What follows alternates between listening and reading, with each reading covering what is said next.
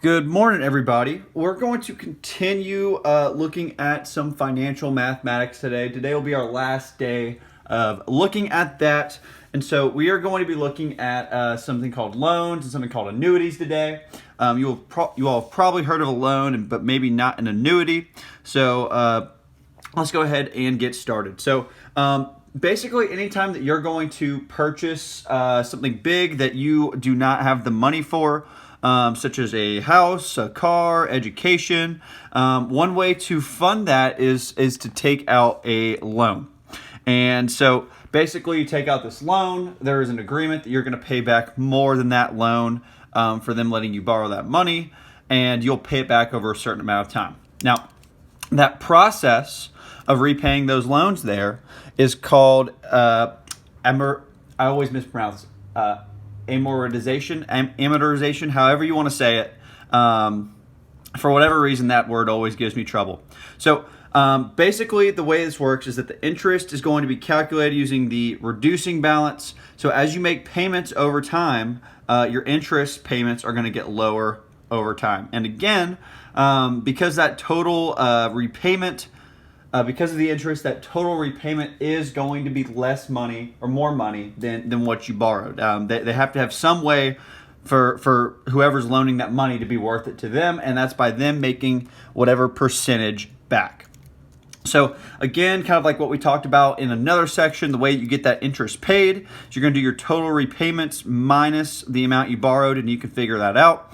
And on page 33 in that orange book, there's a table that you can kind of look at to describe what your monthly payments would be per $1,000 borrowed. We're going to use it for one example, and then we're going to largely use the TVM solver we worked on last class. So that table's right here on page 33, and basically what this says, tables of monthly repayments per $1,000 borrowed. So if I borrowed $1,000 at 4% for 1 year, $85 would be my monthly payment.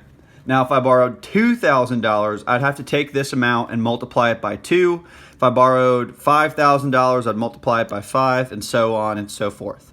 So with that, let's go ahead and look at an example of some math with a loan and kind of going through and looking at the thought process with it. So right here we've got, so Erica takes out a personal loan of $16,500 to buy a car, which seems like a reasonable amount. You can probably get a pretty decent car there.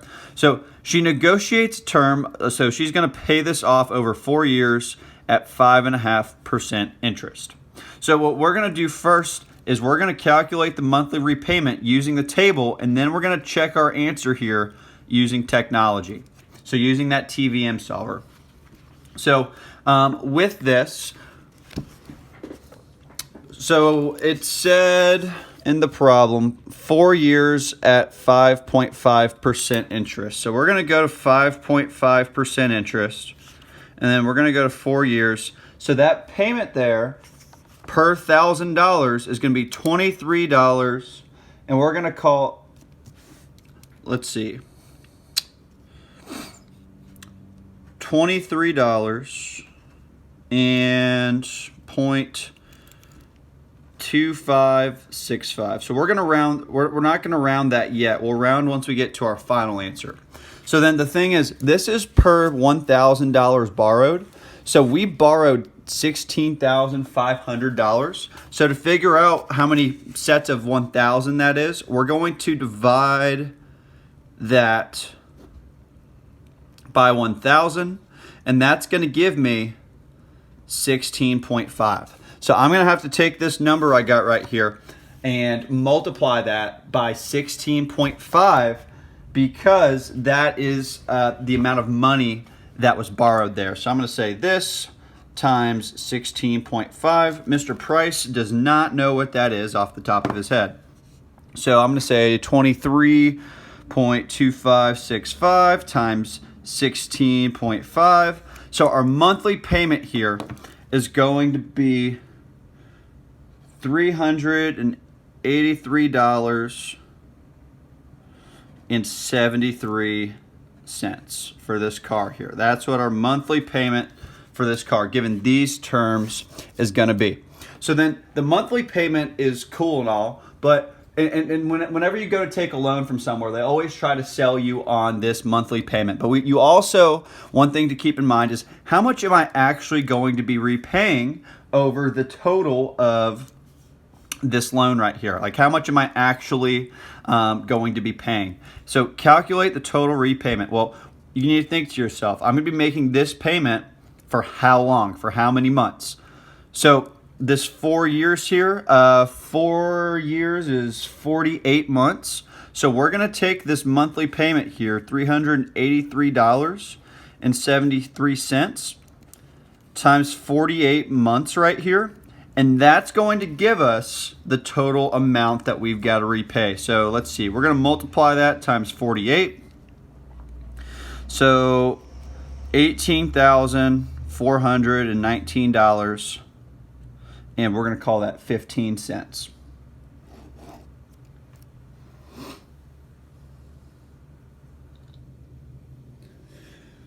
And so with that, the other thing that you might be interested in figuring out is, okay, so how much total interest am I going to be charged for this car loan here? How much total interest am I going to be charged for this car loan? So to do that, all we're going to do is we're going to take the total amount we paid here. So $18,419.15, and we're going to subtract that $16,500 to figure out, okay, is that, so that's going to give us 19, and we'll round that up to 15 cents. So this is the total amount of interest that we got charged here. This is the total amount of interest that we got charged here. So when you all graduate high school and you all have to make decisions on this stuff, one of the most important things that you can do is calculate. So obviously you'll know how much the loan is for, but figuring out how much money are you going to have to pay back. So here, just about $2,000. So and that's over 4 years. So that's an extra $500 a year. And you need to decide whether or not taking that loan is worth it to you or not. And so largely that's on you all to make that decision. So let's look at another example here. Let's look at another example of a loan here. And we're going to use technology to work on this one. And I just realized that we didn't use technology on the last one to check it. That is okay. We've got an example of using it here. So what we got here, so we've got Ryan taking out a $10,000 loan to be repaid over 3 years at 9.6% interest, and that's going to be compounded monthly. So we're trying to calculate the monthly repayment here. So as a reminder, to do this stuff on the calculator, you go to apps and we're going to finance, and we're going to go to TVM solver. So Mr. Price is going to take a second and write this stuff down. You can write it down if you want. Payment, the future value, the payments per year, and the compounds per year. So let's talk about this a little bit. So if this is being so it's being compounded monthly, and loans typically are paid monthly. Both of those are going to be 12.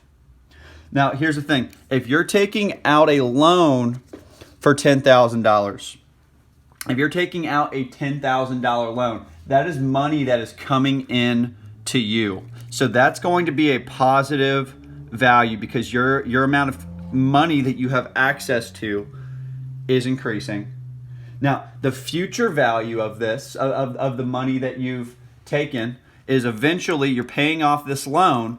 That future value is going to have a value of 0. We know the interest rate is 9.6%. And then the number of periods here, if we're paying this thing off over 3 years, is going to be 3 times 12. So that's just going to be 36. So then, let's see here. Let's punch that stuff in. So we've got 36, 9.6. We've got 10,000. We want to know what the payment is. We don't know what our payment is yet. So we're going to go to the future value of 0, and then we are going to go up to payment, and we are going to hit solve. So you can see that payment's negative there because that's money that's leaving you to pay off this loan balance. So we're going to call that negative, or just $320.80. That's the monthly payment there. That's the monthly payment. And so with that, this isn't a part of the question, but just to really emphasize this. So if you wanted to figure out how much you were paying, you're going to take the number of periods, you'd multiply that by 36, just because I think this part is important. That'd be $11,548.80 repaid. And again, that's not a part of the problem. That's just something Mr. Price likes to do to put these loans into context. So you're going to pay like $1,500 of interest on this. So then the other part of this problem says, okay, we want to figure out what is the outstanding balance after 1 year of repayment. So if we're making payments on this loan consistently, what are we going to owe after 1 year? And that could be more so for like a check mark or a goalpost for people to try and meet. So let's see. The number of periods after 1 year of repayment, that would have been, to get through 1 year of repayment, that's going to be 12 periods. Our interest rate is still the same here. It's 9.6%.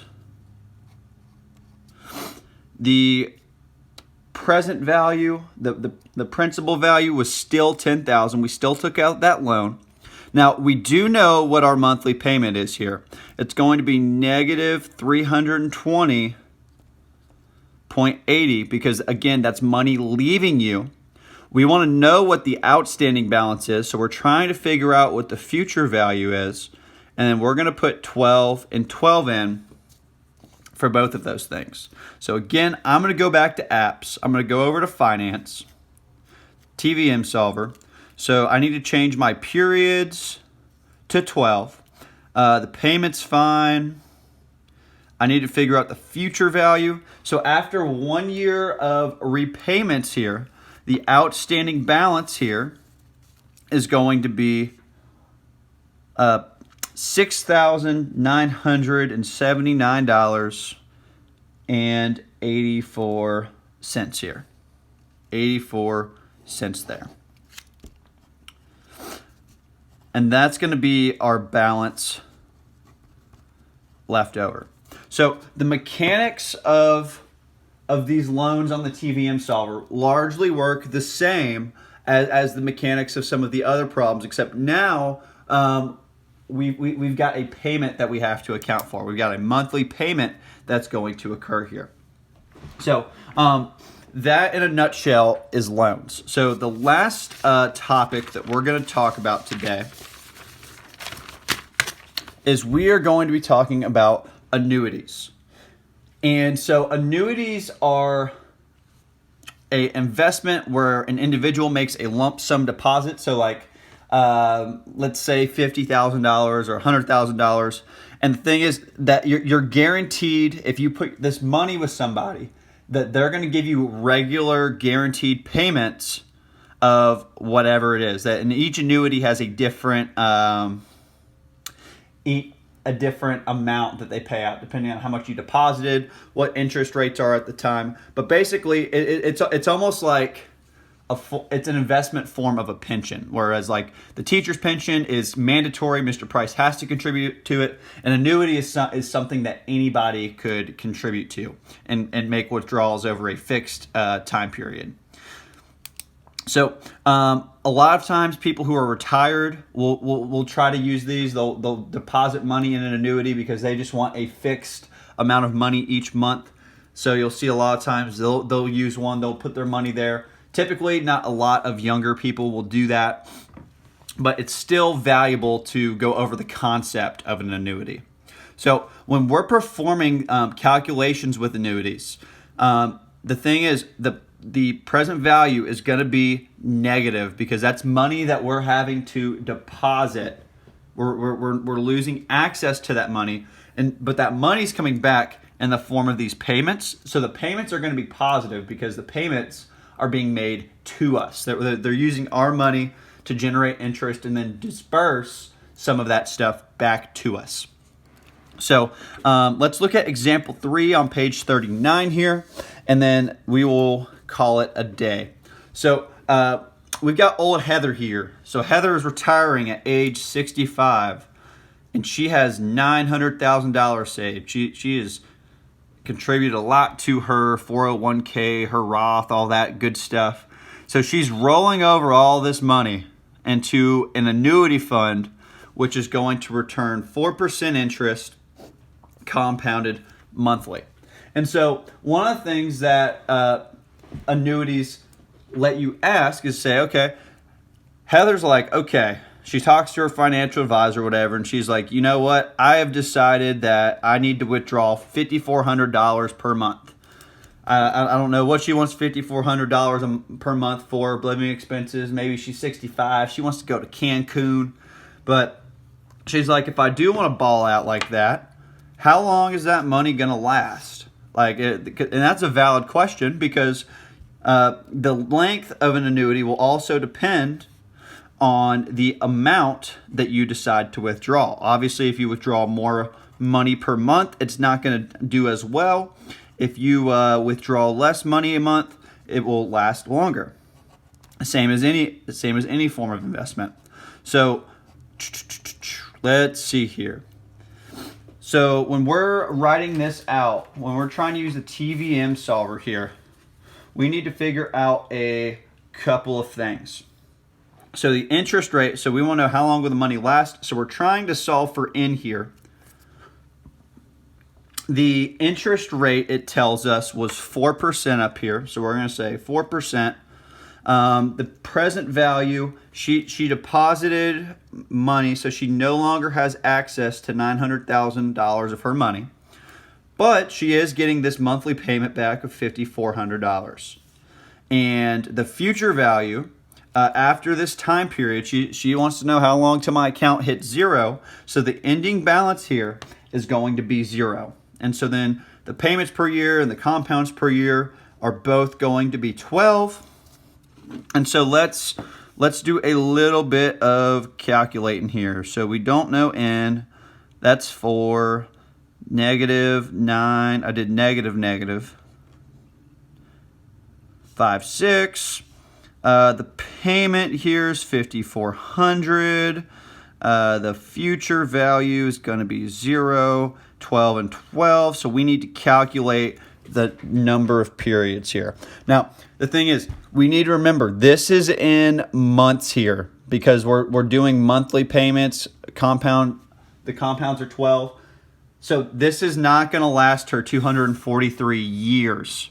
We've got to take that number, 243 we'll call it 244, I guess. So 244, that's months. So if we want to get how many years that's going to be, we're going to have to divide that by 12 months for a year. So 244, those are 7s, divided by 12 there. That's going to give us 20.3 repeating years.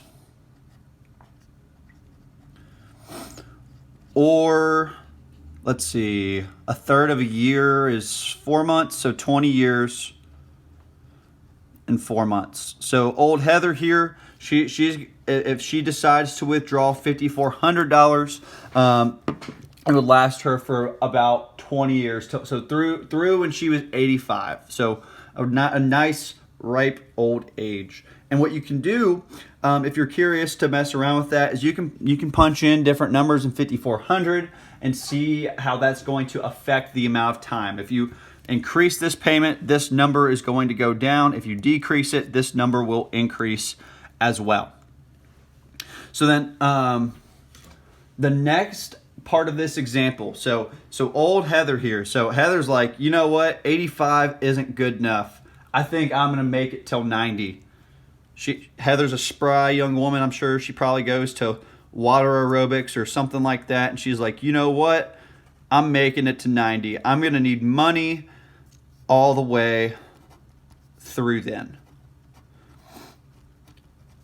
That's so with that, we have to we want to figure out how much is it going to be, or how much money will she be able to get, excuse me. So let's see, to get to 90 from 65, that's going to be 25 years. So we're going to say the number of periods is going to be 25 times 12. So 25 times 12, I believe that is 360. The interest rate we're charging here is 4%. The present value is negative $900,000. The payment, we don't know what that payment is yet, so I'm going to put a question mark there. The future value is going to be 0 here again. And then the compounds and payments per year are also going to be 12. So let me see. Apps, finance, TVM solver. We're going to say, okay, 360, 4%, negative 900,000. We don't know the payment. We're going to solve for that. So if she wants to make that money last for 5 more years, that payment is going to be $4,296. So $4,296, and we're going to round that up to 74 cents. And so she would get that. She would get a payment of that each month until she reached age 90. So that, in a nutshell, is annuities. So you deposit money with somebody, they promise you some interest rates back, and they give you guaranteed monthly payments back. And so the other thing that I want to look at before we leave is, so this is the amount of money she's getting per month for until she runs out of money here. So if you multiply that by the amount of months, which is 360, that will tell you, okay, 4296.74 times 360. So over the course of that, the annuity, what makes this an attractive option for people is that she's going to make 6826. I put the comma in the wrong spot. I apologize. So the annuity over the total amount of time, she deposited $900,000. She got back $1,546,826. Now, she could have put her money somewhere else and probably gotten a lot more returns off of it, but it doesn't provide the certainty that an annuity does in that case. And so depending on where you're at in your life, you may be more risk averse, you may be willing to take on more risk. It really depends on your situation. Like, their annuities won't always be great for every single person. And one of the things with this financial math and financial education is really you figuring out what's best for your situation. So again, if you have any questions at all, let me know. I don't mind to answer any of these questions. And you all have a good rest of your day. Bye.